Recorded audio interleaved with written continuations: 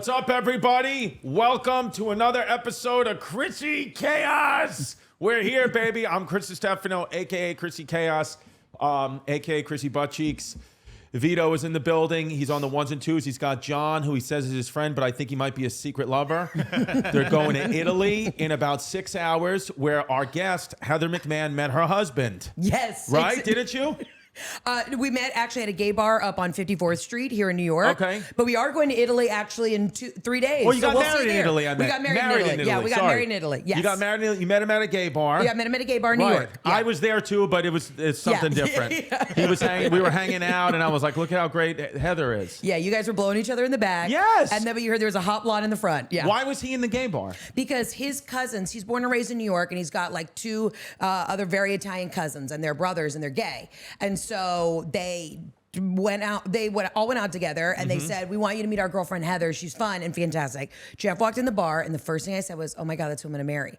And our other mutual girlfriend was there, and she said, who? And I pointed at him. She goes, Jeff. She grew up with Jeff. This is my best friend from college. And she was like, Jeff Daniels? I was like, yeah, that's who I'm gonna marry. And then the rest is history. Jeff Daniels, and Heather's husband, and do you post about him a lot? Yeah, I do. The fans know. So if the fans know, if my fans aren't sure, he looks like country singer Luke Combs on Ozempic. That's how I describe him. Great. Yeah. So he's gonna kill himself later. So yes, do it. Hey, listen, if you're gonna do it, live stream it for Heather's career. We need to sell out more shows. We do. Okay. Wait. So first of all, I need to say, and I'm sure this happens to you a lot. Vito, Vito's great producer. We always it doesn't even matter if it's like my best friend in comedy, like Mike Cannon or Sam Morrow, whatever. Right. We always do research. We always do something. This fucking guy sends me a 10-page beautiful Google Doc on Heather McDonald. Oh my God, you motherfucker. How funny is that? I do. I opened up, I said, this is not Heather. And he was like, oh shit, the wrong Mick. Yes, and Does that happen to you a lot? Yes, and the problem is now too. She's like, I think she has some sort of she has a podcast that's like all about like pop culture and shit. And so she went hard on like the Vanderpump Rules. So on TikTok, people keep like tagging me and shit. I'm like McMahon, not McDonald's. McMahon. So, yeah. What is that his? Oh no, why did you go? Why did you want to go Heather Daniels? Because his mother hates me, and also I just did not want to deal with like the DMV or the passport office. I'm a Heather McMahon. My dad on his deathbed said, "You're a McMahon. Never change a name." And so I said, I like that. Aye, Captain. No relation to Vince. No, but I used to tell people all the time in college that Vince was my dad. Right. So at the bars, and then guys would not have sex with me. Well, they can't anymore. Jeff's filling it up now. Yeah, he Good really for you. is. Yeah. So you guys want children. You were just saying before, you guys want children. Yes. Well, our financial advisor said that we should probably have kids next year. Okay. So I guess that's in the cards, because that's how I live my life. Yes, I do want kids. Now I have like no eggs, so we've gone through lots of rounds of egg freezing. Okay. So we're probably gonna do it again, which means I'm gonna be juiced up on testosterone, probably at the top of the year. And it is a wild ride. And Jeff does not want me to do it again because I turned into a fucking monster. So when you're juiced up on testosterone, are you technically trans? Yes. I actually have a joke about that. I'm like, I didn't realize I was transitioning and didn't even mean to. Yeah. Well, I think honestly, in solidarity, if you're on testosterone, then Jeff should be on estrogen. He's already soft. He's too soft. So I think he actually needs a little more tea. Yeah. I think I like Jeff's.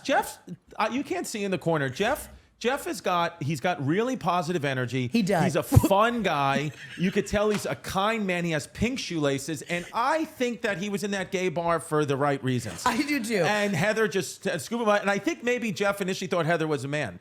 And I have the shoulders. I have the broad shoulders of an offensive lineman for the Falcons. Yes, absolutely. No, Heather, you're fucking hot. You're sexy. and this is the first time we're meeting. Yes. Heather and I. Yeah. And I came across you on social media. I forgot if it was Instagram or TikTok, but I was like, I just like this person. I was like, I just like Heather. I was laughing. I was like, I just fucking like this lady. I want to talk to her. And then Jasmine, my girl, she was like, I fucking like Heather McMahon. I really like her. So I'm happy they finally came in. So now. Well, I like you because you and I are both, we giggle. We're silly. We are gigglers. You know what I mean? Yes. We're joyful kind of people. Yes. I'm going to bitch and complain, but that's why I've always really enjoyed you, because you giggle. I like to giggle. Have fun. Have fun. Life is hard. You laugh at the end of the day. Yep. Truly, truly, truly. And I mean this positively. Nothing matters. You can laugh at everything. You make everything fun. Make everything a game. Yep. Whatever it is, people get so stressed out about shit. I'm like, why do you care? Why do you fucking Who care? Even yesterday.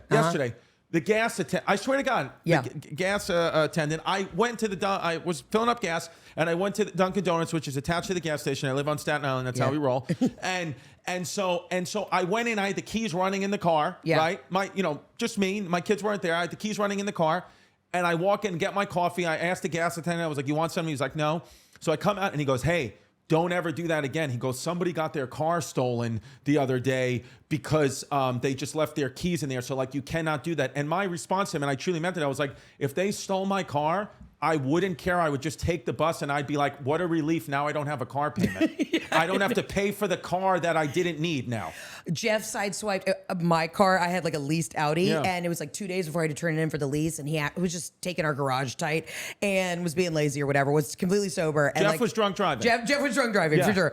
And he sideswiped the car, and he's, New Yorker freaking the fuck out. Like, what the fuck? And I said, Jeff, I don't give a fuck. Were you hurt? No. Then we're going to be fine. Who cares? Road rage? Road rage is the stupidest thing to me. You're not gonna, if it's not, I tell my daughter every single day, I tell both my daughters, if it's not going to matter in 5 months, don't give it more than 5 seconds. Road rage, you will never, ever, ever, ever, ever in your life see these people again. Let them cut you off. Let them honk at you. Who gives a shit? People get killed and ruin their lives because of a road rage incident. It's the stupidest, narcissistic, reactive thing I've ever seen. Who cares about fucking road rage? That's why I like to walk. I get my steps in. Yeah, you've got really puffy shoes on. These are like the New Balance Hokas. Yes. Those are like... Okay, let me tell you something about these folks. Yeah. A lot of people, my family has told me that it looks like you're wearing high heels. My 8-year-old daughter was like, why are you dressed like Venetia? Venetia is our producer. She's in Greece right now because she just likes to take time off and go to Greece. But she wears these, she's very Soho House cool. Like, hi, I'm fucking Venetia. Yeah. Smoking cigarettes, wearing chunky shoes, boyfriend jeans. And so that's what they're like, that's what you look like. And I'm like, shout out, I want to be Venetia. But I have a heel issue. I have an Achilles heel issue right here. And my doctor said this type of shoe, this high heel New Balance sneak, is good for the heel. And I got to be honest with you. First of all, shout out my flexibility. Right? It's not bad. Highly Holy flexible. Shit. Also, can we talk about your ankle is almost as thin as mine? I have very thin ankles. I have huge feet, but I have thin fucking ankles. I don't know if y'all can see. Thin ankles. Do you see how nice that is? I have thin ankles and a big pussy. Yes, you do. Yes, you do. But anyway, my heel is now, the pain was at a 9 out of 10. Okay. Now it's like a 5 out of 10. Because heel, I don't know if anyone's ever dealt with Achilles heel injuries. It's debilitating. Like, I can't walk up and down stairs. And I don't know what the hell happened. I just gradually, over time, my heel started to fade. But these sneakers are better. And I've gotten to the point now, Heather, in my life, 39 you don't years. give a fuck.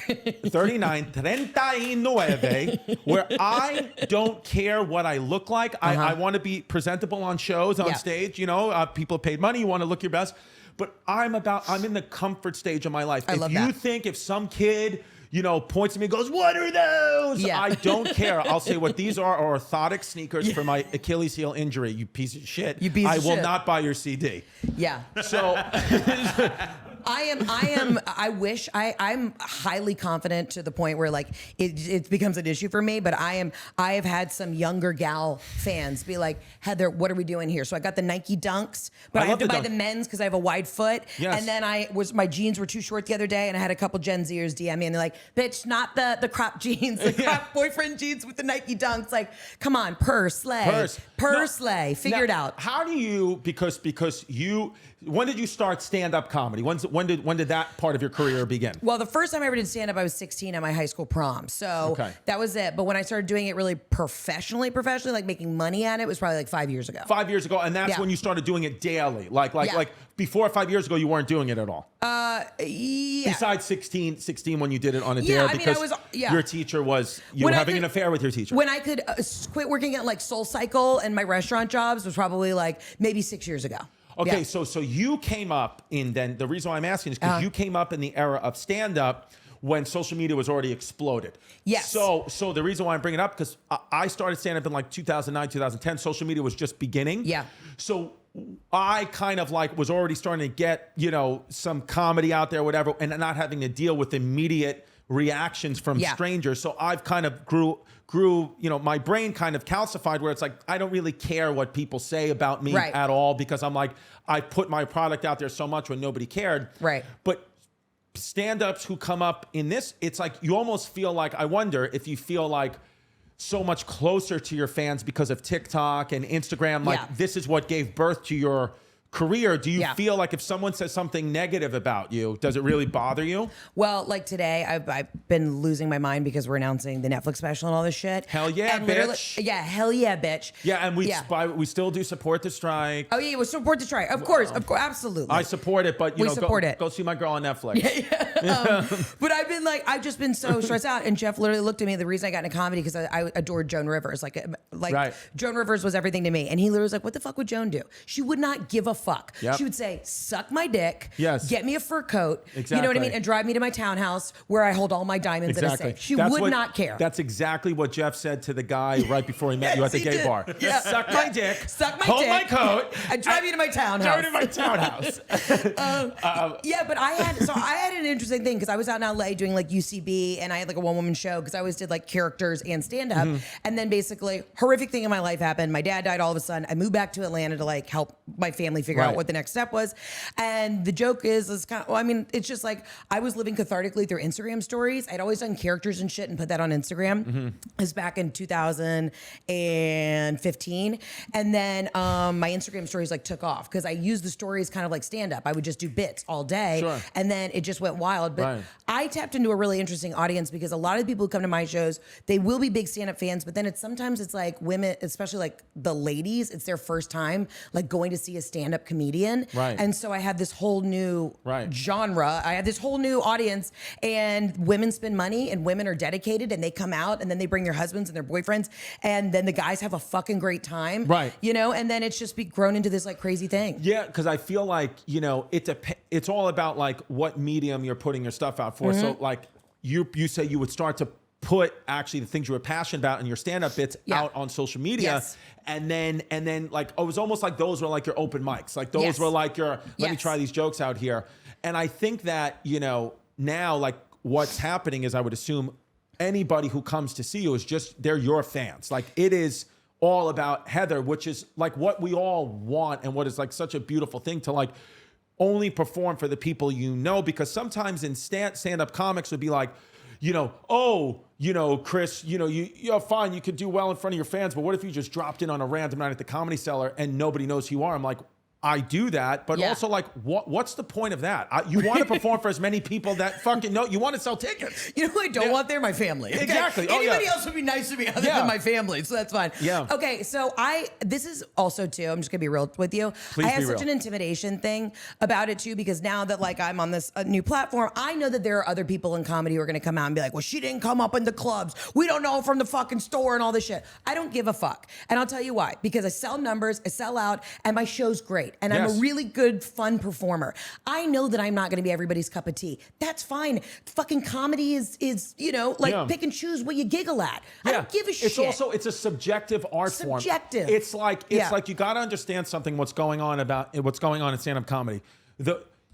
It's like music, right? Like growing up, I listened to Dave Attell and Colin Quinn and these guys, and that's who I loved, right? And so those are my guys. But now the people who are younger than me, they didn't listen to Attell and Colin Quinn. They heard the way that they heard about a comedian was through TikTok or social media. So they're like, you're somebody's Attell and Colin Quinn, just like my dad would hit. It was all about Henny Youngman, who that was nothing. Didn't mean anything to me. So it's like shit just evolves, and then it's really only time you'll ever hear comedians or other fellow artists, whatever, hate are the ones that they don't like where they're at in their career. Because if somebody's comfortable when they're at in their career, I'm like, we all have plenty to eat. Let whomever do it the way that they want to do it. That's about them and their fans. Because the thing is too, is like other people might say stuff about all of us. Other people might talk shit about everyone from Louis C.K. down to me. Like they'll talk crap about anybody.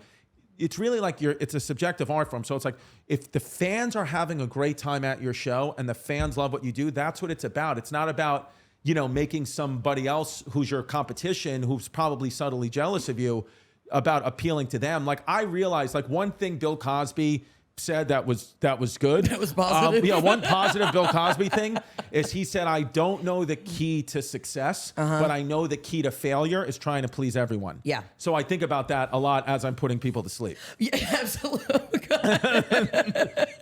Listen, I decided this year, I said, okay, like, what do you say? Like, okay, go find a new audience. Well, the USO asked me to come do stand-up comedy for the troops. So over Thanksgiving, I'm going to fucking Kuwait. I'm going to Egypt. I'm going to Jordan. And I was like, it's just going to be a bunch of dudes in the sand. And worst comes to worst, if I bomb a show a titty, like that's all they really want to see. Rip a titty out. Rip a titty out. So I'm like, let's try some new fucking material, specifically driven to men. And I was like, let's go. Yeah, I know.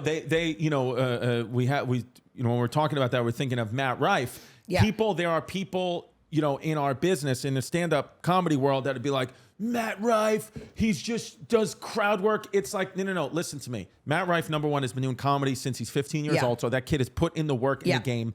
What Matt Rife has done is evolved with the algorithm, evolved with the art form.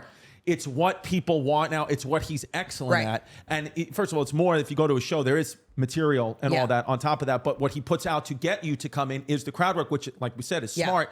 So it's like anytime I hear someone talk shit about Matt Rife, I'm like, you're what? You're just jealous. You're just jealous because it's like he's selling a shitload of tickets and he's evolved. So we all have to evolve. But with that being said, you also have to do, I think, what you want to do, right? Like for me, even if you told I was putting out the crowd work clips, I was putting out, kind of man on the street stuff, because that's what, I'll be honest, that's what I saw other people doing. And I was like, I didn't like the way I felt. I was like, you know what? I've been doing this my way from, when I started in 2010. I'll put out my stand-up when I have a special. I'll put out the clips of my stand-up then. The whole putting out crowd work and this and that, I'm kind of like, if I wanted to do it and I was proud of it, I would do it. But for me personally, I'm like, I don't want to put out something I just thought of the night before.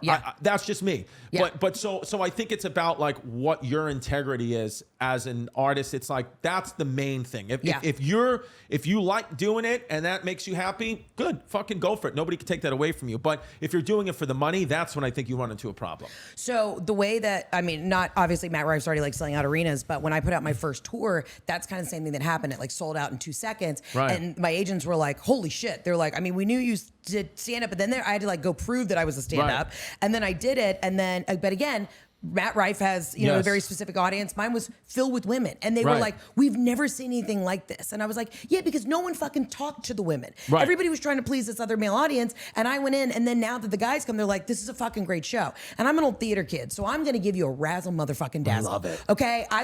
You're going to feel shit. You're going to be dancing. You're going to have the best fucking time at my 100%. show. It's not just me standing with a spotlight, never moving. Like, you're fucking running around. I'm like Cat Williams. I sweat like Cat Williams. Yes. I'm like Joan Rivers in a full bedazzled glitter suit with fur, diamonds, full blowout, RuPaul's drag beat. Like I'm old school, entertainer. And if you go to Heather's show, she might pull out a titty, which is what I will absolutely pull out a titty.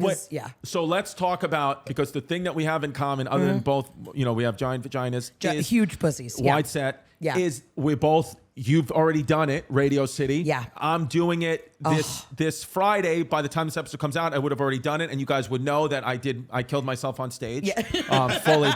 So, that was the closer. That was the surprise. Yeah. Blew my head off. So this is in memoriam. This has been fantastic. Yes. So nice to meet you. Nice. But like, do you think like performing at Radio City, was there something different? Because you performed at venues that size. You know, you mentioned the Fox Theater and other things. But what was different about Radio City? It was the wildest thing. I used to wait tables, and I said this at my over, but I said I used to wait tables like, I don't know, on 8th Avenue, a couple avenues over from there. And I said, like, I used to wait tables on all these bridge and tunnel cunts that would come over, and they'd be running to a show at Radio City or on Broadway. And then I was like, and now 12 years later, all these cunts are in the audience paying to see me. It was so wild. And my sweet husband, who is very sentimental, when we went in and did like the walkthrough, we were doing sound check, he was just sitting in the audience alone crying. And I was is that a side effect of the Ozempic? It is. It's a side effect of the Ozempic and the autism. It was. Jeff is very sentimental. I, of course, am in show mode, so I'm just nervous, and I've had diarrhea for 2 weeks. He was just crying because he's scared of large open spaces. Yes, he's an agoraphobic. He is. But it was the wildest thing. I mean, and then when you walk out on the stage, I mean, it's so vast. You're like, I immediately had the reaction like, I shouldn't be here, but I was like, no, fuck yeah. This is the best. It was the best night of my life. But I will say, like, because you already said you've opened for somebody there. Quick, only 5 minutes though. Yeah, but it's really wild because they warned me before I went out on stage. They were like, hey, just so you know, it takes a minute for the sound to hit the back of the room and then come back to you. So it was like a delayed 10-second after each joke. I don't know, the timing is off. So for the first 3 minutes, my opener was like, I don't know what's going on. The sound, because the sound is so vast. It's not made. Like your opener thought they were bombing. Yes, and they were fucking crushing. And so it takes a second for the sound to go back. So once you get grounded and you're like, because you have that rush of adrenaline, you're like, you just have to get grounded and be like, all right, and you get in the rhythm and you're like, oh shit. It's just, the sound literally has to go 65 miles out to then come back. What time how early did you get into the venue? Like how much before the showtime? I got there at like 4, showtime was at 8, but I also had a little surprise. I came out with dancers. Again, I'm an old musical theater gal. Sick. It was wild. And then the women from the Today Show, so Hoden, our producer, by the way, Vito, just walked out. He walked out. He walked out. He was like, fuck this. Women in comedy, I'm fucking done. Dancers, I'm leaving. But no, I did a full show. So, and then that's awesome. Hoda and Jenna did a video to intro me because that's cool. They gave me kind of like my first platform. They always bring on the Today Show. So I want to ask you this question. And listen, it's for the Chrissy Chaos fans. I know I always tell them we're not going to go inside comedy with other comedians. Just give me 2 minutes to ask her questions about Radio City, and then we'll ask her about Russell Brand and shit. Yeah. Okay, we'll ask her about juicy shit. Just fucking give me a second. 2 seconds. I know. We're bonding. I know. I always get into like this argument with my I don't know what they're doing. They could be having a great time, but I'm always like, I know you guys are mad at me. Yeah. and so did you feel like you had to do a lot of like, I'll call it pomp and circumstance, but I mean that in a positive way before the show? Because I'm feeling like my manager wants me to. I'm even in my head like, do I make a video? Do I do something? But I kind of came to this decision, and it might be resistance, and it might have been me just being a pussy and not being able to figure out. I said, you know what? I just want this to be about the comedy. I'm going to do this like a regular show because the venue itself will elevate my crowd, and they'll So, but did I make a mistake, and should I think about doing a video? No, don't change anything right now. Okay. I used to, before I would bring openers, I would open for myself. I would do 20 minutes as a fucking character. Wow. I would do stand-up as a character, okay? And then I learned I was doing too much, and then now I just bring an opener. But no, I've always had like video elements because people are really like connected to a lot of the characters I used to do. Okay. So I've always had like at least a 2-minute video that opens my show. Like on any show? On any show. Okay. Even I'll have an opener, and then just people want to see the classics, and then I come out. So you didn't do anything really different in Radio City? Well, no, I did. I did a full song and dance, and and then we had the surprise that Hoda and Jenna did a big video being like, Heather McMahon had a Radio City debut. She was just on the Today Show. Like, they're just my girls, so they're really sweet to me. But no, I also, though, again, I'm a show horse. I'm a show pony, okay? So I have a very strict thing. Like, I'd set the show, and then beforehand, like, I don't let anybody backstage. I do my own hair and makeup. I just get dialed in. I have my routine. I listen to fucking cocktail jazz. It's a great Spotify playlist. I don't do like I'm not entertaining anybody before I have to entertain anybody. So I was very in show mode. Interesting. So you wouldn't even let your own family in? No, before. I will, but they know. Jeff knows to sit in the corner and like jerk off and watch Penn State football. Right. Like don't. I'm not entertaining, and I don't let managers, agents, bullshit, and none of that is allowed backstage. They can hang out, but I don't want to see them. Like so don't you come go bother to me. another room because I would assume Radio City it's big enough back there where it's like they can be in one room, but like you at least for an hour before go and settle in on who you. Yeah, and I'm just doing my own hair and makeup, and I'm quiet, and I do my thing because I learned early on I'd always have people backstage. I was like, I'm entertaining you because that's just who I am. Before I need to go fucking entertain all these people, I'm shutting it down. Zapping your energy. Zapping my fucking energy. What did you do after the show? Take us after the party. Yes. Yeah, I rented the Pebble Bar, which is connected to 30 Rock, okay? And it's like 3 stories, rented the whole thing out, and I had the wildest party of my life, and I walked home at 7 a.m., fucked up out of my mind, and I stood in front of the marquee that they had already changed to like Charlie Puth the next day. Yeah. And I literally was like, that was the wildest night of my life. Like I walked off stage. It didn't hit me till like a week later. I was laying in bed, and I turned to my husband, and I go, honey, did that just happen? It was literally a week later. And he was like, yes, you performed at Radio City. It was like a outer body experience. I know that sounds so cheesy, but that was like the wildest night of my life. See, like, cause I'm asking these questions. I appreciate the honesty. Cause for me, it's like all I'm thinking about is like the actual just doing the show. And I'm like, and I have a show the next night in New York, theater at MSG. Well, it doesn't matter. It happened last week. I performed there with a severed head. And so I'm like, I don't want to get too crazy and too drunk and too hungover because I got a big show the next day. But I also want to experience it like what you did, the Pebble Bar or the Rainbow Room or something where I'm like, I want to feel like I did this. I got my kids coming. So great. like that's special, but it's like the trade-off when you have kids. Like I have my children coming because I want them there, but that means that I can't, I'm going to do Saturday night after theater at MSG. I'm telling you, no, Heather, I'm doing heroin.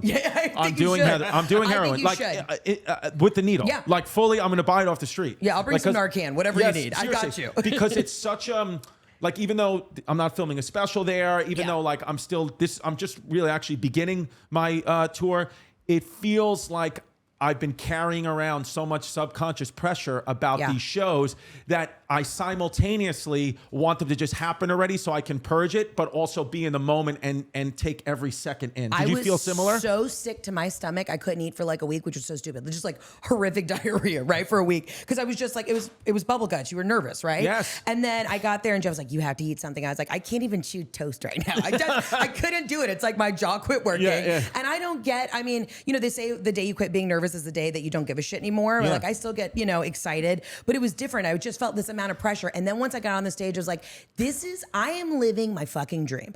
This is what I tell myself. I was like, I am here to bring joy. I am not here to be smarter than anybody in the room. I am simply here to bring joy. And I know that that's what I'm good at. And I just like leaned in and I kept telling myself, be present and be pleasant. Like go in there, just be present and enjoy it. And then once I got in the zone, I was like, it was the most fun I'd ever had. And then it went by like that. And then the next night, but just black out on Saturday. Yes. You know what I mean? End up in this, I don't know. Dude, I don't know Midtown because jail. You're not from New York. Yeah. So I don't know, but like I literally, one of the things that's stressing me out, and I know they mean well, but like family and friends, is like there's like 150 comps. So it's like, it's so many. That's me for Atlanta. My mom's literally like, can my entire Bunko group get 600 tickets? Yeah. The ladies at the Country Club 9-hole. I'm like, no, Mom, have them buy a fucking ticket. I'll give you 20. That's it. Radio City. So they always have 18 police there for every show. Yeah. And the first 18 police that they picked all Are your family? No. Oh. They already were coming to the show because I have so many fans from the NYPD. So they were like that they had to get enough to go to the next 18. They were like literally every person that we said, besides like one guy, was like, no, we already I requested that day off. I took that fucking show. So, but that's good. So it's like, for me, I'm like, again, because like we said, like Atlanta, I'm New York. I've only ever really cared about New York. So I think too, like when you have a big moment, and we both have to do this to stay in the present, because if you don't, then you'll just keep pushing the goalposts back, and you'll never realize how far you came. Yeah. And then there's like that double-edged sword where on one side it pushes you and motivates you to get more and keep getting bigger, but then you never kind of bask in the glory of it, and you never really realize what you did. So it's about that balance. When I shot my first special, I walked off stage, and I had like been touring with the material for 2 years, and then I self-produced it and did all this, and I walked off stage, and I talked about a lot about like the death of my father in it too, and I didn't realize like how cathartic it was. I walked off stage, and I felt such a sense of relief, and I kind of like had like a mini like a 10-second breakdown, and my husband's like, what's wrong? I was like, I just did it. Like you know what I mean? This is so fucking cheesy. Make a goddamn vision board. If you're watching right now and you're an incel living in your mom's basement, put shit on a fucking vision board, because if you look at it every day, you will go for it and it'll come true. Yes, vision boards are big, and also positive self-talk. Yes. I can't tell you for how long I would have this negative self-talk, and then something in the pandemic when I just saw everybody dropping dead, I said, you have to start to be positive right near her, Chrissy. Be positive. And my positive self-talk changed, and then my career incrementally started to change. So I never thought I couldn't do it. I was like, it's just going to be the other people who, whatever, deniers. And I was like, but I just went out and did it. I was like, and I honestly don't give a fuck. Good. Come have a good time. You're going to have a great time at a show. Great. Yeah, it's going to be, you will have a fun time. time. People who don't have fun at comedy shows too. Why I'm like, not? what are you doing? We should fucking co-headline. Why the hell not? We would have it with our tits out. With our tits out, and Chrissy and Heather. Huge pussies. Yes. Sponsored by Jeff's Ozempic. Not the regular Ozempic, Yeah. Jeff's specific Ozempic. Do you have a tiny urethra?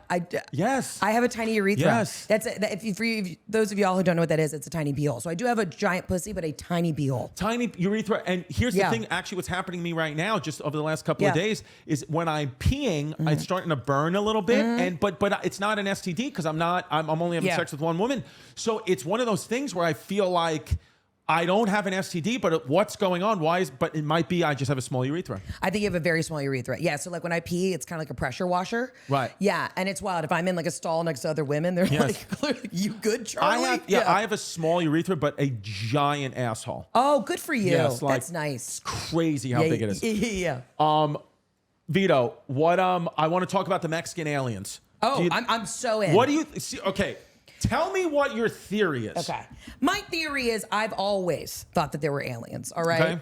I had to, people thought for the longest time, everyone was like, oh, Heather, that's full of bullshit. But here's the thing. My grandfather was chief pilot for Delta, and he flew in the Korean Air. My father was a private pilot, flew for fun. So I come from a long line of aviators who've always seen shit in the sky, right? Right. So my dad's like, of course that shit's real. So now that it's popping off, I'm like, yeah, no, we know it. So my husband and I were talking about this last night. He's like, this photo with this alien. He's like, well, no, that looks like ET. This is bullshit. I'm like, yes, they've known about this shit forever. Yes. This is what they really look like. Yes, and I think that Hollywood is very deeply involved with the CIA. And what agree. happens is the CIA, in order for it to be palatable for the public, they ask them to make movies, and they say, this is what it looks like, keep that a secret, but this is what it looks, this is actually Drew Barrymore. This is, and yo, I gotta be honest with you, this picture of this alien could fucking get it.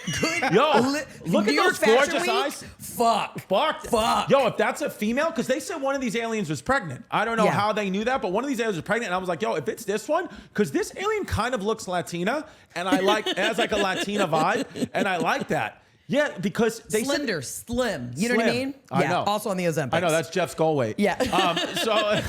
So well, they say, right, like that, with the Illuminati, they share everything. They put it right in plain sight. So when I saw this, I was like, we've been knowing about this. I know. We knew about this. It's been in our face. And you know what they're saying is the new thing. I don't know if it came from this, hearing, or like it's just out there now, is that it's not about aliens being on a planet 10 million light years away. They're in other dimensions. So they're here right now, just in a dimension we can't see. So they can just appear, and that's like the frontier. It's not going all the way out to the limits of space. It's not about that. It's interdimensional. Yeah, because I think it's a little bit demonic spirits. I mean, I'm one with the Lord saved in the blood of Christ. Hallelujah. But I also believe in the fallen angels. I believe that a lot of the aliens were, they came down to the earth when God was like, you got to bounce. And then they had sex with the people. I think we got spirits all around us. Yes. Get back. I rebuke it in the name of Jesus. I rebuke in the name of Jesus. Hallelujah. KiWiCo, oh, KiWiCo. Oh, how I love my KiWiCo. I love KiWiCo. If you have children, if you're a child at heart and you want to get your kids off the devices, you want to get them out and engaging and building stuff and getting their science skills and their art skills and their engineering skills, then KiWiCo is the place for you. They send you a kit for your kids monthly, however much you want. My kids, when the KiWiCo box comes to the door, my kids lose their minds. It's honestly the only time we can get them to listen now is we say, hey, if you don't do your homework, then you're not going to get to play with the KiWiCo set. And then boom, they're doing their homework. I mean, KiWiCo projects have been designed by a team of educators, makers, engineers, rocket scientists. They brainstormed hundreds of ideas to create the most exciting, age-appropriate, and educational projects. It is hard to find creative ways to keep the kids in your life busy, challenged, and off their screens. That's the biggest thing. Get the kids off the screens. KiWiCo does that. I'm telling you, no crate from KiWiCo's Innovation Factory leaves without approval from the toughest critics. Kids. You got kids themselves saying this is good or this is bad, like little elves. Kids are discovering everything from the science of magic to engineering, a domino machine, and more. My kids built headphones. They built a pinball machine, a sick volcano. They love KiWiCo. They really, really, really love it. It gives them the tools to learn new skills, build new experiences, and make new connections to the broader world. Right now, you're going to get 50% off your first month plus free shipping on any crate line at KiWiCo.com/chaos. That's 50% off your first month at KiWiCo.com/chaos. Go do it. I love it. You know what I also feel like about you, the energy I'm getting off you? If this Adderall? was yes, no, but if this was the 1860s, Yeah. you're from Atlanta, so you know you're probably gonna have to deal with the Confederacy, but Yeah. you would be like, I don't support what they do. I like their uniforms. I think some of them are cute. I like the beards, but I do not support slavery. I don't like it. I feel like you'd be one of the good Confederates. I would literally be the one like on the plantation who would be like, come hang out with me. Like I'd be like giving them snacks. You know what I mean? I would literally be like, no, this is so bad. Yeah. I'm stuck in this shitty fucking marriage to this plantation owner. Yeah. You know, he's a piece of shit. Right. I'm doing the best I can, but in the meantime, I'm going to try and be the best that I can. But to I you. also feel like you're a badass woman, and you would absolutely pick up the gun and continue the fight when Jeff died of an asthma attack. That's how he would die. He wouldn't get shot. He would literally die of an asthma attack from the smoke of the cannon. Yeah. And you would pick up that gun and bayonet, and you would start killing Union soldiers. But if I came into it, you wouldn't kill me. You'd be like, I like this guy's energy. I like his spirit. And then I would get to go to the plantation. Yeah, like he's got goofy fucking shoes on. But you know what? Yankees, they can't do everything. I would be in the South, in the deep South, just looking for Puerto Ricans. Yes, absolutely. In the 1800s. I also want to say, I Yeah. love that you're a Delta family. Oh, huge Delta loyal. Love Very Delta loyal. Shout out Sky Miles. Love Well, they're Sky trying to fuck Miles. us right now, but you know what? I will still be Delta loyal. My best friend Megan, who's a big lesbian from Mississippi, she called me. You know about the whole Delta Sky Miles, that it's harder to get. They're messing up the credit card thing, so it's going to be harder to get into the Sky Club, harder to get diamond status, right? Really? It's not based on miles anymore. Now it's based on money. So like your miles don't mean anything. Yeah. So really? Yeah. So you could have 1 million miles. They're like, who cares? You have to spend the money with They're the have to spend the money. prioritizing the money now. Yeah. Got it. Yeah, but my best friend Megan called me and she's like, Heather, and I was literally sitting in the Sky Club in Orlando. She's like, this is good news for us. They're thinning out the herd. I was like, yeah, that's it. She's They like, are. you already spend $100,000 on Delta a year. You're not going to be affected. Like, this would be, shorter lines for hard-boiled eggs in the Sky Club. Yeah. Well, because I was living in Staten Island, the closest airport to me was Newark Airport, so I had to go United a lot, and it's like, babe, no. Babe, So, no. no. But I'm moving, so now I'm going to be closer, so I'm going to be in a different airport. So now, I have this card. This is the credit card. So Which one? Do you have the I have silver the one or on the the left. purple? I have the silver one. Should I too. get the blue one? No. It's pointless now. Just get a regular Amex Platinum and then just use it all in Delta. So the I silver got you. one gets me into the Sky Club? Not anymore. Wait, you didn't know that it did?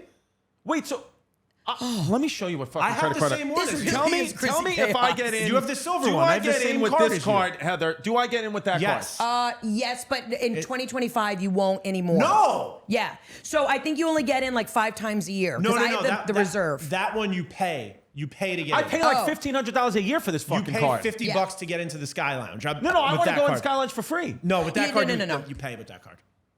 So how do I get a free entry into the Sky You Club? should get honestly. You should probably get a Chase. Probably get a Chase Sapphire Preferred or Reserved. Which one is I it? have the reserve, but you're gonna need just a regular Amex. They've all changed it. It's a little confusing. Unbelievable. I had the reserve card. I got like 3 people in. Now they're changing it. I'm only gonna get in 10 times a year, so I'm just gonna have to buy the fucking membership. Meanwhile, my grandfather, Captain Jack McMahon, saved a flight for Delta. You can look it up. Saved He a won the flight for Medallion Delta. Safety Award. Yes. So I feel like I should get free access for life. Free access for life. Yeah. Exactly. No, they yeah. don't care. Do I They need don't that? care. I need this fucking card. Have you heard of Priority Pass? Oh yeah, that's Is if that you have a being regular white? Amex. If you have a regular MX Priority Pass, it's not too expensive. It's like $100 for the year or something. Great. And then you get like 9. You can use it up to like 9 times, and then you get access to different lounges. Like when I went to France, I got to go to the Air France lounge, even though I was like not an Air France card But see, the holder. thing is with airline miles and lounges and stuff, you have to know, to ask. Like you know to ask. Like there's been plenty of times where I'm sure I'm sitting in, like I can't even find a seat, and I'm like, I could have had free access into the lounge, but I didn't know. You got to go. Instead We're I'm going- But this is how they get you because they don't think people are going to ask. Tell 'em. I have like 1 million Chase points. We're going to Italy in 3 days, right? And I'm literally like, we're fucking rolling out the stops because people don't think to ask. Yeah. That's how they get you. They think that you're not going to ask. You ever But you get on the little instant. You're going to see Vito in Italy. YouTube. You're going to see Vito in Where are you Italy. He's going going? to be doing whippets. He's going to be like, hey, what's up? I will do whippets with you. Head to McDonald's. We're going. What's up? We're going to Ischia, an island off the coast of Naples. My favorite place on the planet. My family's from there. Oh my my God, my family's Sicilian. My last name is Oh. Calise. It's a huge last name on the island. Oh, wow. Hey, you're We're making going Jeff there- feel uncomfortable. Yeah, you really are. We're going there for my We're bachelor- fucking later, Vito. We're going there for my bachelor party. Me and John are going right after this. Jeff, I'll see you at the gay bar that you were randomly at. It's not really a bachelor town. I mean, it's low key. No, it is low key. So what I wanted for my bachelor party was I wanted to feel relaxed. And I wanted to have a good time and show my friends this nice island where the Spartans and the gladiators used to go because of the natural hot springs, and they would go because it gave I them just got eternal horny. life. Yeah, Yes. yeah. That was 100%. the natural hot springs. And I'll tell you what, I stayed at the Hotel Mezzatori, one of the nicest hotels I've ever stayed at, and I did the damn hot springs. And that was a joyful moment. Good. Yeah, get Yeah. in the hot springs and I told Vito and his lovely friend John, John is great. John's been making some of the beautiful thumbnails. And I feel like John sitting here in his presence, John looks like if Jesus came back, this is the look Jesus would have. Really? He'd be in Air Force Ones. Yeah. He kind of has a kind of handsome. He has hipster- really nice teeth, piercing. Yes. Are they blue eyes? Yeah, Right, really Jesus. stunning. Really modern Jesus. Modern Jesus. This Yeah. is Soho House Jesus. So, again, saved in the blood. And I'm glad he's here. He's keeping away all the demonic spirits. But what I've told them is that, and you know, Heather and Jeff back me up on this. What Yep. I've told them is that when they go to Italy for their bachelor party, it's not gay to hook up with a guy because in Europe it doesn't matter. It's not gay. Italian men are beautiful men. The whole idea of being gay is really an American concept. It's I a agree. newer concept. Yeah. Back in the day, Yeah. you know, Greeks, Italians, they would all have sex with each other Just on the battlefield the scissoring night everywhere. before before a big battle because they thought the only way I can protect my brother in battle is if I'm in love with him and I've done him in the butt. So I told him to channel that. To chat about it. I think it's gay if you two do it because you're not Italian, but if you hook up with another Italian guy, it's not gay. Do you know what I mean? Yeah. Right. Yeah, two Americans, very gay, have sex with another Italian.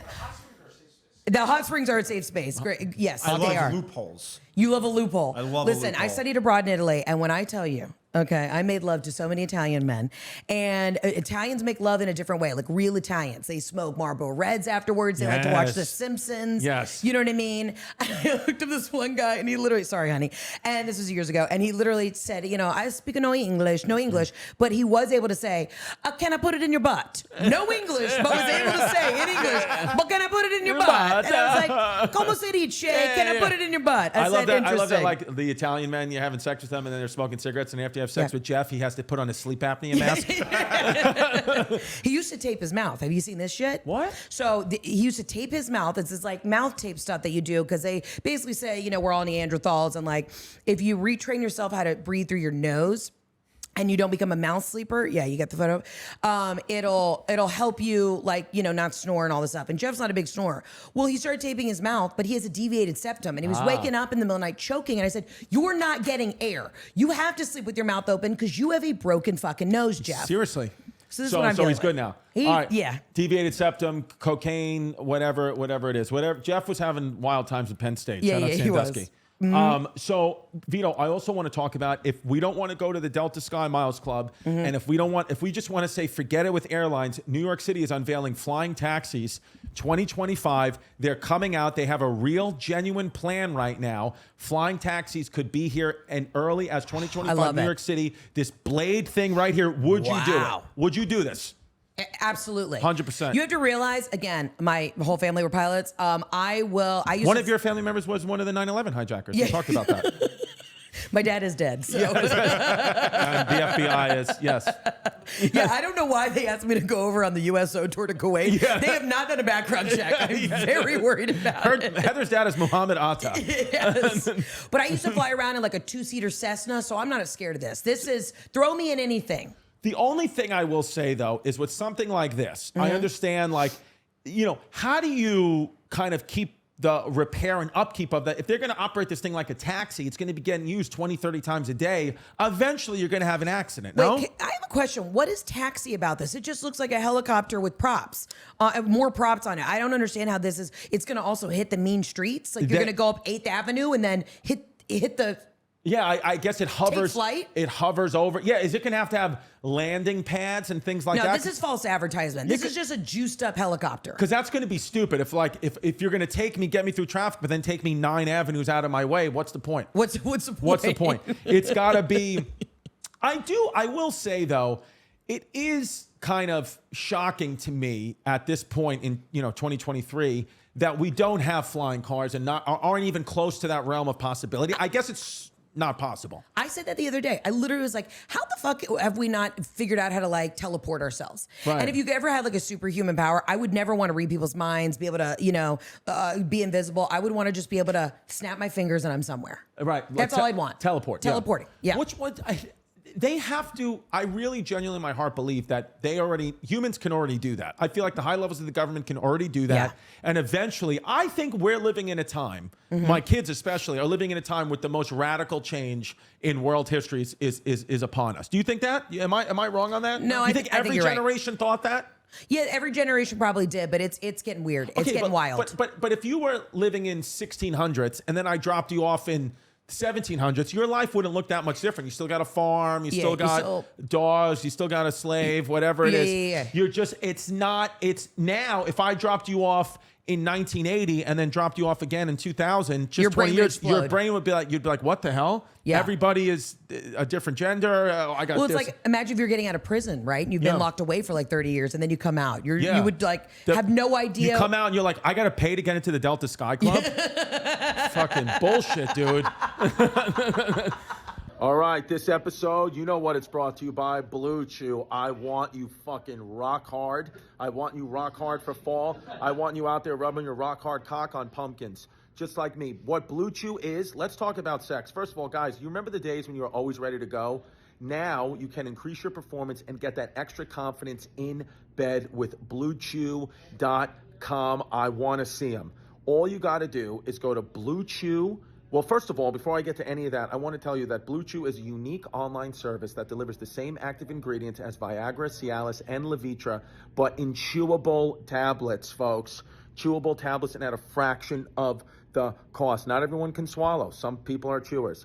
The process is simple. You sign up at BlueChew.com, consult with one of their licensed medical providers, and once it's all approved, you'll receive your prescription within days. I have a friend named Pat who loves this stuff. He's using it all the time, and he said it's changed his life. He goes out, he likes to have a good time, have a few beers, and he couldn't get hard if he was in an emergency room. They wouldn't, you could put the conductor, you know, the panels that for heart attacks, he has no life in his penis. But Blue Chew gets him stiff.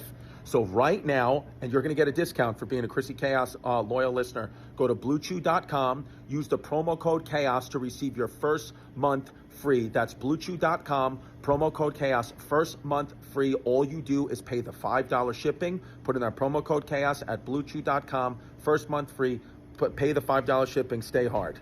What's happening is people are now dying to get their kids into Ivy League schools, right? Idiots.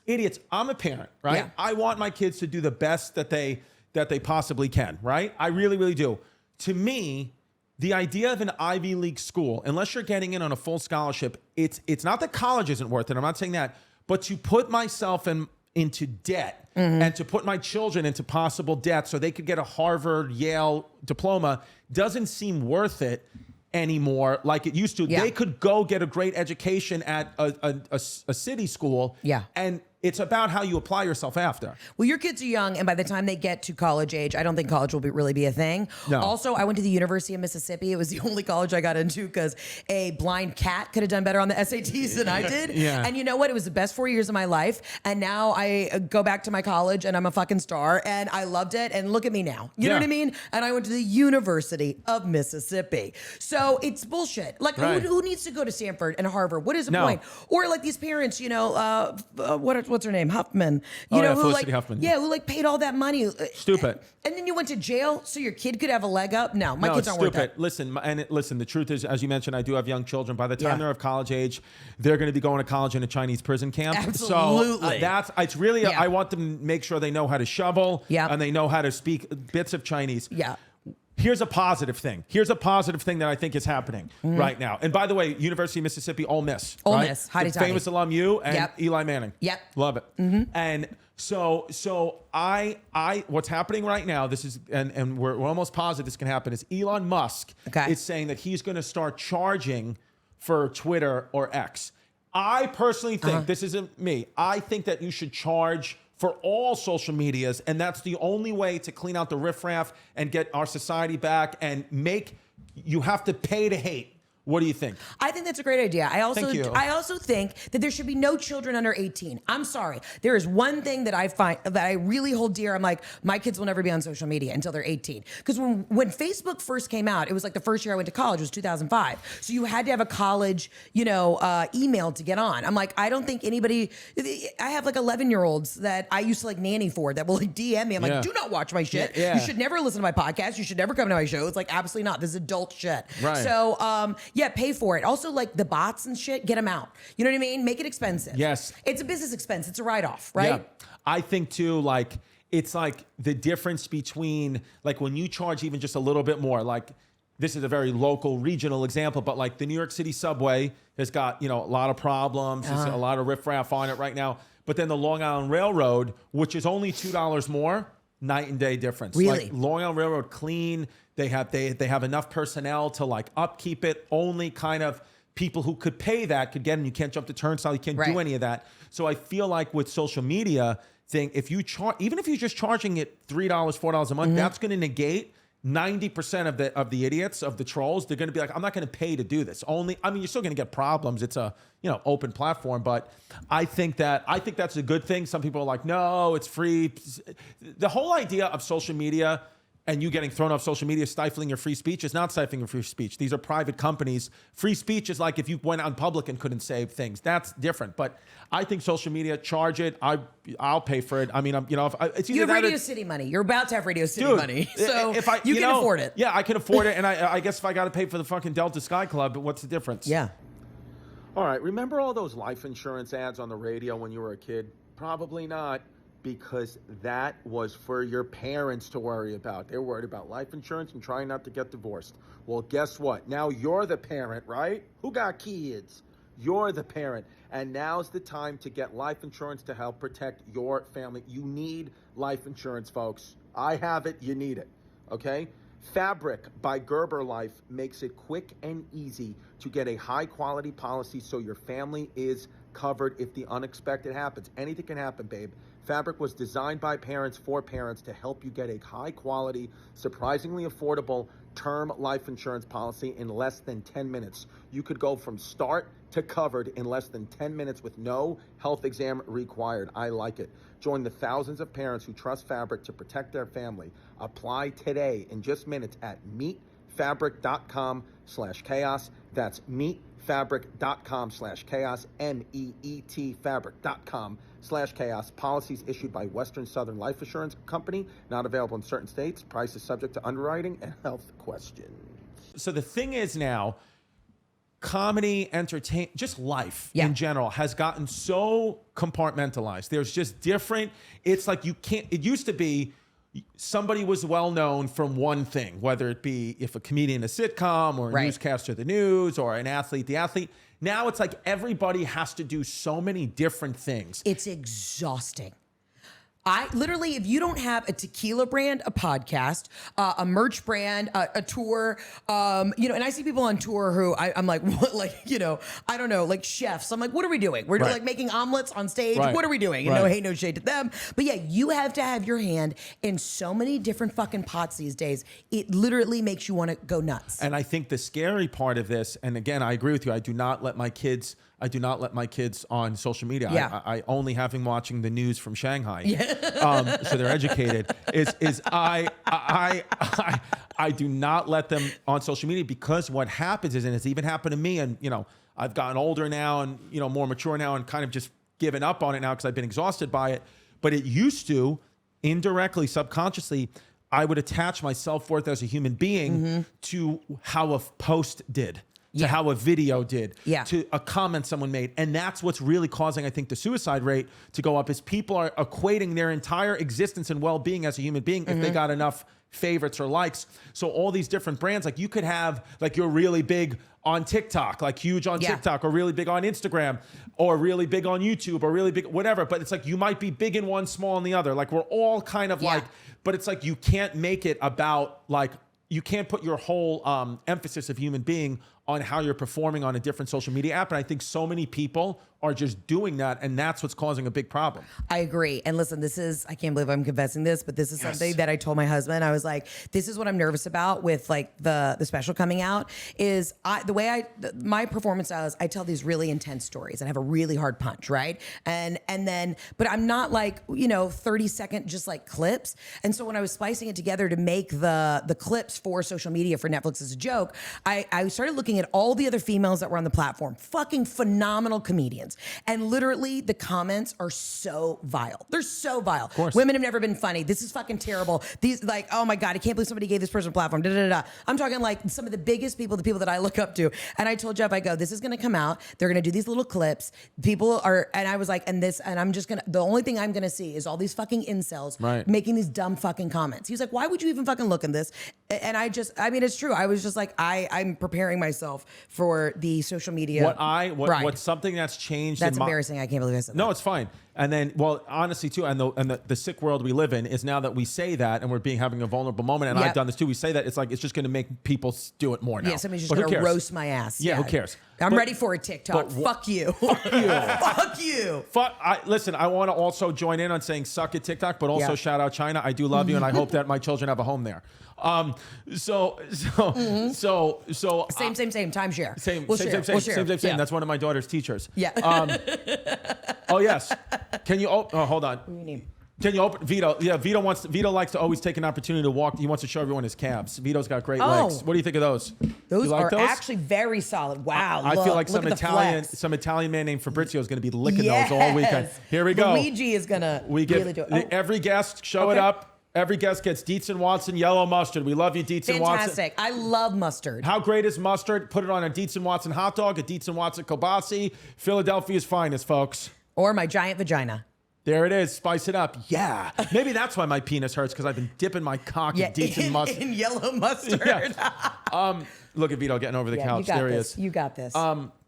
Wait. So, I think, with like this whole, like self-worth type thing. One thing I wanted to say, one thing that helped me is, number one, I get off social media. I have somebody else run it. Yeah. Somebody else runs it because I read this whole study about how if you have over 10,000 followers, that's too many people, too many opinions, positive or negative. It throws off your equilibrium and your ego so much that it causes depression, even if it's positive, because you start to get these delusions of grandeur that our brains have not evolved to accept that, because our brains are still in it.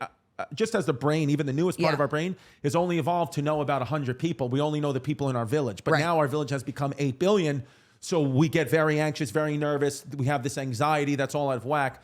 But one thing I heard somebody say, I forgot who said it, probably Stoic, probably like Marcus Aurelius or somebody, but basically that like obnoxious people, so haters and trolls right now, they're just a part of the whole. They're a part of the whole. We all are like you can't get mad at someone for being mad at you or not liking you, because they just make up the whole of what we are. If everybody liked you, that would be in balance as well. Yes. So they represent balance in your life, and understand that you're doing good in life and well in life, and this is very true for you. And I think for most people, you're doing well in life if you have more people that like you that don't like you. Yeah. And way more people like us than don't like us. Right. And by the way, I think that's true for every person. I bet you there was like, even if unless you're like Hitler level bad, right? There's most people like everybody. Even if you're a piece of shit, you probably have more fans than haters. It's just, you have to know where to look for them, like on a certain platform. Like I'll post the same video sometimes on Instagram,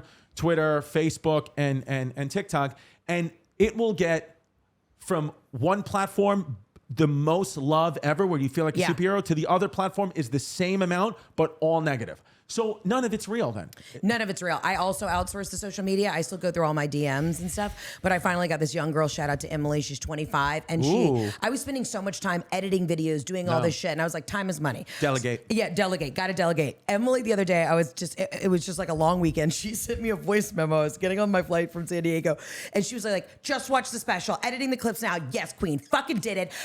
She's like, fucking slay. You're speaking to us. Like, you've got this. Like, literally, it was a 45-minute voice memo. When I was sitting on the flight, I was having a glass of Chardonnay, and I was just like, I'm fucking doing it, Emily. Emily. Yeah. I can't live without her. Emily, you are the light of my life. And I've never seen a Shout 25-year-old out work that Emily. hard. I didn't realize that you were the one running Heather's IG page. I thought it was talking strictly to Heather. You so were talking to me. I I run all the DMs. I apologize for sending pictures of my anal warts.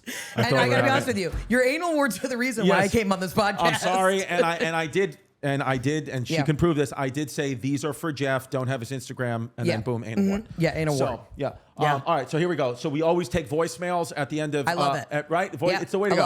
love it. I love hearing from the fans. We got voicemails. You can always call in at 347-343-3321, 347-343-3321, or text or sext. Here we go. Oh, this is a text. This is not a voicemail. Okay, I'm sorry. I thought it was a voicemail. We got texting now, okay? We got texting, and just keep it clean. Okay, I am a 30... Okay, here we go. Wait. I can't read it. Hold on. I am a 32-year-old... I have to open up my asshole. I am a 32-year-old Army veteran, and I fell in love with a 55-year-old woman. We've been together 2 years now, living together too. Only problem is now she just... seems to have zero energy ever. Sorry. Saw that coming. Wait, hold on. Here we go. After we both get home from work and weekends, I mean, I guess I expected this to eventually happen. My question is, do I leave now and save both of us the hurt and hassle in the future, or do I start pumping her with Adderall and drag her front row to see Chrissy D? Okay. Listen, everybody needs an upper. I don't care. I mean, I'm 36. I still need an upper. You know what I mean? I think we need to get on a strict vitamin D regimen. She needs to be grounding in the morning. Yep. I think you pump her up and keep pumping that pussy and live a happy life. Yes, pump a pussy. Your cock is Adderall. Your cock is absolutely Adderall. My husband knows. If I have sex at night, I will be up till 3 a.m. It gives me a boost of energy. 100%. I enjoy morning sex because then I'm up and at 'em. You know what I mean? Well, that's the thing. It's different. It's like for a man, like for a woman, I meant like, you know, his cock is Adderall, pumps you up, but for a woman to a man, your pussy is NyQuil, puts us to sleep. Exactly. So it's nice, but it works for both of us. Yeah. It works. It's like it's beautiful. Yeah. Okay, so there you go. So we say pump her up with that Adderall. Your dick is Adderall. This is from Jeffrey Jones. Hey, Chrissy, love you and the show. See you in New York at MSG Theater. Can't wait, babe. My question: have you ever gone to a psych? Is it to say psych? Oh, psychic. I thought it said psychiatrist. To a psychic, and the outcome is true. I just went to get my future told by some lady who charged me $40 for 5 minutes, and she said, I'm going to get fired, but when my first son turns 13. Some bullshit. And wondering if I should just watch out. I'm going to get fired when my first son turns 13. First of all, that's gypsy. No, I don't trust her. Yeah, I don't. Get out of here. I don't think. I mean, I wouldn't agree with that. That's like the Disney Channel movie where the kid becomes a mermaid at 13. Yeah. It's I don't know, man. I wouldn't listen to a psychic. I do believe in them. I do think that there are people that can tap into a higher energy. I think it's the pineal gland. Do you know about the pineal? Pineal? You know about this? Yes. Like this theory? Oh, your third eye. Your third eye, It right? gets calcified by From most the people. fluoride, right? Right. Yes. You got to open it up. You got to open up. taps. So it gets calcified, and I think with ayahuasca and things like that, that kind of like ignites that again. Yeah. And I think a lot of there are people for whatever reason their pineal gland didn't get calcified. So that's why I think like the psychics they can just like feel energy and do stuff like that. Yeah. But I don't know dude, first of all, $40 for 5 minutes. It's like what? I don't think that's not a real psychic prices. No, you got bamboozled. I will say, okay, we were talking about, the energies and the demons in the other realm. I did have a woman come up to me once, randomly, swear to God. She came up to me and she said, I need to tell you something. I was just at the mall, literally. And I said, what? This back in 2011. She said, something really big is going to happen in 2015. She said, you're going to be really big. And I was like, am I gaining weight? Like, what are we fucking talking about? What are we doing? And then she was like, and that was the year. I waited all year and I had told my mom, I was like, Mom, remember that woman who told me something big was going to happen? And then like a week before Christmas, my dad died. No, 2 days before Christmas. And I was waiting all year. And I was like, I almost feel like she cursed me or something. So now when anybody wants to do the mediums, I think that people can see stuff. I don't know where they're getting it, but I say, again, I rebuke it. I bring Jesus with me. I don't allow that. Don't allow it. I bring Jesus with me as well in my heart. I also bring Allah just for extra. Yeah, for shits and giggles. And we also bring mensch on a bat. We love that. So a mensch on a bench, I meant. So I do think, and again, there's no science to prove this. This is just a feeling, but I think feelings are real. And I think if you're feeling it, then you can make it real. With these psychics and these type of things, I think that you even if it's a positive experience, you are opening yourself up to other realms and other spirits and other entities to attach themselves to you. And I just think the point of life, some parts of life are, it's like the thing is you don't know when your last day is, and that's a motivating factor. And that's actually a survival instinct, is like, I don't know when my last day is, so this is going to get me out of bed in the morning and get me to do things. So I think that that's positive. So you wanting to know all these things about the future, I don't want to know. Ignorance is bliss. Yeah, ignorance is bliss. Ignorance is bliss. Let me live, laugh, love. Stay away. I think stay away. But I do believe in like angels and spirits because, okay. Like a guiding spirit? Yes, well, something. I do, because when Jasmine was pregnant with our oldest daughter, like literally, we were outside this place. It was called Johnny's Cafe. It was on 3rd Avenue and 93rd Street in Bay Ridge. And she was going to give birth in like 12 hours, right? Obviously, we didn't know that then, but she was going to give birth, and she's like walking around, like breathing. She's like, holy shit, like, Chris, like, this is happening. Like, we need to go. Like, my water's about to break. We need to go. And so I was like, okay. So I was like inside paying the bill, and I'm coming out, and I see her talking to this old man, like a really old man. Right. Like he was like in his mid 90s, like one of those guys, like it takes like 10 seconds to cross the street. Like he could only shuffle. And I come out, and I was like, well, who's that guy? Like I was talking to her here, right? And the old guy was right there. Again, it would have taken 5 minutes to cross the street. She was talking to me. She goes, that guy, he was like, somebody's about to have a baby. Somebody's about to have a baby. And she was wearing a bigger jacket. So like she was in pain, but like you couldn't necessarily tell she was pregnant. But he was like, somebody's about to have a baby. And she was like, yeah. She was like, any minute now. And whatever he said, like, oh no, it's happening. And then I was like, oh really? And then I turned around and he was gone. I swear to God, he was gone. I just got goosebumps. He wasn't around the corner. Yeah. He wasn't across the street. Yeah. He was nowhere. There was no door. He was fucking gone. Yeah. And then, my daughter's born. Everything's beautiful, great. She's about 5. Okay. 4 or 5. Okay. The place Johnny's Grill has now become a place called The Common. And we go to this place. We used to go to this place, The Common. We live in Bay Ridge. We love this place. We're walking there.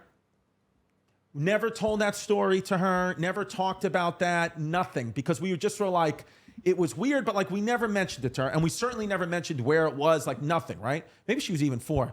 And we're walking in for the very first time to take her there. We had went there, Jasmine and I, but we had never taken my oldest daughter there. We're walking and she goes, is this where I was born? And we were like, what? I was like, what do you mean? She goes, isn't this where I was born? Oh, and I was like, bitch, hell, what? That was her guardian angel. I probably feel like it was. Bringing her into the world. I feel like it was. Oh, that's beautiful. And it was like insane to me. We're like, me and Jazz, like we both like stopped in our tracks where we were like, holy shit. And I don't know who that person was, but I know that one time when I was 18, I got into a really bad car accident. Like I got fucking demolished by this car where I had climbed out of the back window. Yeah. That's the only way I could get out. I climbed out of the back window, and the FDNY said when they came, they were like, we were fully expecting to pull a body out of this. Like this car was a fucking accordion, but I was sitting there without a scratch on me. When that happened, when the airbags deployed and all that, like it certainly has a distinctive smell in airbag. It smells like smoke or whatever. But my grandfather had a very, very, very distinctive smell because he would shower like once a month. Right. Old guys just didn't give a shit. World War II veterans, they were like, whatever, dude, we're dirty. And he had a very, very, very distinctive smell. It was a mix of like cologne and sweat and pasta. That smell came all over me in that car accident. It was stuck to my clothes. Like, like when you walk into like a Subway sandwich shop and that smell is just stuck to your clothes? Smell like loose turkey. That smell was stuck to my shirt and my pants for like weeks after. Even my mother, when I got home from the car accident, she was like, you smell like Andy. Yeah. That was, she was like, her stepdad, my grandfather, she's like, you smell like Andy. I was like, I know, like it's all over me. And he had died 2 years before that. So I believe in all of it. That was the first time I believed, like I was like, okay, there's something. Because I heard a scientist talk about once, he was like, look, I can't tell you if there's an afterlife. I don't know. Nobody can tell you that for sure. But so what I can tell you is that in just one of your billions of cells, just one of your cells, if we unraveled it, it's got enough energy to be an atomic bomb. So he said, so with that being said, if you're made up of a billion atomic bombs energy-wise, but they're so tightly wound, he said, I know that energy has to go somewhere when it is, when it dies. It has to go somewhere. Where? I don't know. He was like, but I know for a fact your energy has to live on because it's scientifically impossible for the energy to just dissipate into thin air, that much energy. So when my dad was dying of cancer, he was, from the day of diagnosis to the day of death, it was 7 days. It happened very quickly. He had pancreatic cancer, and we were in the hospital at MD Anderson in Houston, and I was in the room with my dad, and my dad was just like this funny, big, stoic guy, like super Southern funny, just awesome. And I was like, we were having an intimate moment, and I was like, Dad, are you good? He's like, I know where I'm going. I'm not worried about it. Wow. And he told me about he had an outer body experience when he was 21. He had lost his brother a couple years prior. So he's like 21, same thing. He puts a car underneath the garbage truck. He wakes up in the hospital, and he said he saw himself being operated on the operating room, and he went down like a long tunnel, and he basically talked to his brother who had passed, and he said, this is going to hurt. You're going to go back into your body. It's not your time yet. You got to take care of mom and dad. Like, they can't lose both their kids, but you have a bigger purpose. And my dad said when he came back into his body, he had like his femur broken, both of his legs. He had like bit through his tongue, like really, really bad. He asked the nurse when he woke up, he said, why is there a teddy bear and a choo-choo train up in the operating room? So at the top of the operating room, they had like kind of like a crown molding, and they apparently would hide things up there. So if you were having an outer body experience, only you would see it up there. So they brought a specialist in, and they were like, what did you see? He's like, well, there's a train up there and a teddy bear. And they're like, you had an outer body experience. Wow. So my dad, after that, my dad was kind of like, like a real, just like, never really believed in God. And after that, he said it totally changed his life. So unfortunately, when he was passing, he said, Heather, I am not worried. I know exactly where I'm going. Like, you don't need to worry about me. You know what's interesting? Like, so beautiful. So many people who have near-death experiences, almost the one commonality they have is that they are not afraid to die anymore. Yeah. Once it happens to them. Yeah. And I mean, not to be really dark, but when my dad was dying, like when he took his last breath, oh God, I can't believe I'm sharing this, but my mom, my sister, and I were in the room, and it was the first night we had slept in like a week, and we were at this hospital, and we were up in palliative care, and then all of a sudden, like, I felt it. I woke up because I felt his spirit like wash over me. And I woke up, it was like 4 a.m. and the nurse runs in, and he's like, you good? And I was like, he just passed, didn't he? Because I like felt it. The room was like ice cold. And he said, did you feel something? I was like, yeah. He just like, I felt like my dad was like slapping me across the face as I was leaving. And that was it. And I don't know if that was like, I needed that moment to be the one to like feel my dad be like, okay, you got this. You got this. What a beautiful moment. I love what that a your beautiful dad's moment. Yeah. last thing he ever did Just on earth is slap me on the tip. Yes, he teabagged his own daughter. Teabagged his own daughter. Amen. Yeah, and that's honestly the relationship we had. He was That's beautiful. Yeah, yeah. No, that's it really is like pretty nuts. Like because if you talk to people, you know what's one thing I want to start doing more of, and maybe we start doing it on the podcast, or maybe I just start doing it on my own. Talk to random elderly people. 9 times out of 10, if you stop and talk to an elderly person, they will talk to you because they have understood from all their living that like that's what life's about. Like just having a conversation with a random stranger can give you more positive vibes than if you made $1 million. Like absolutely. It's just like that's what. So I never do it. Usually I'm like, ew, get away from me. You're old. I don't want to get your death on me. Ew. I'll kill you with my COVID that I've had 65 times. Yeah. Ew, yuck. Yeah. But I'm like, I really want to start talking to older people, but I don't know. Listen, I still live with my 75-year-old mother. I mean, she's hot. She has the body of like a 22-year-old and was 12 years older than my late father. But my husband and I literally moved in with my mom in Atlanta. And because after my dad died, I was like, well, obviously that's my girl. And my mom and I have so much fucking fun together. But there are days where I would rather hang out with my mom and like tear it up and go get drunk at lunch and like talk about her days working for the airlines than hang out with 90% of my friends. Yeah. I'm like, y'all have not lived. You have no fucking perspective. Shut the fuck up, Cheryl. Yeah. I'm hanging out with Robin. I'm always so envious of people who have relationships like that with their moms and dads that like go out and drink and have fun. Cause like my mom still to this day, I'm 39 years old. I would feel uncomfortable cursing around my mother. Like I would never go out and drink. My father doesn't drink. Like no, but my families would never partiers. Like they do not do that. And I'm like, I want to do like blow with my mom. Yeah.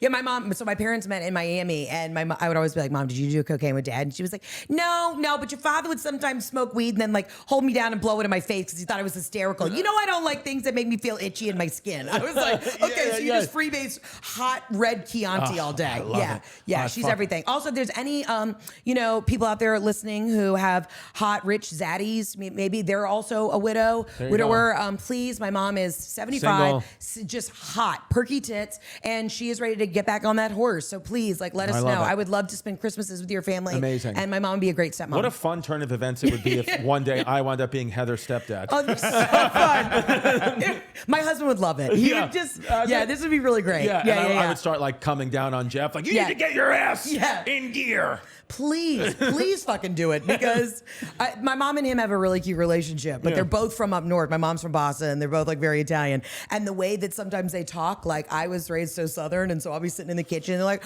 well, you know, you're the fucking yard guy, and screaming, and I'm just like, what is happening? That foul mouth. Yeah, exactly. All right, Heather, where can people see you? You can see me on tour at heatherontour.com. I got a special coming out October 17th. And just come see me on the road. Instagram, TikTok. I'll be shaking my tits for the troops. That's it. You know, just you see me in Times Square, just giving hand jobs. Again, get front row seats. You will see a titty. You will. All right, so we got to go. We're going to the Delta Sky Club. Thank you, Heather. I appreciate it. This is a great app. Thank you so much.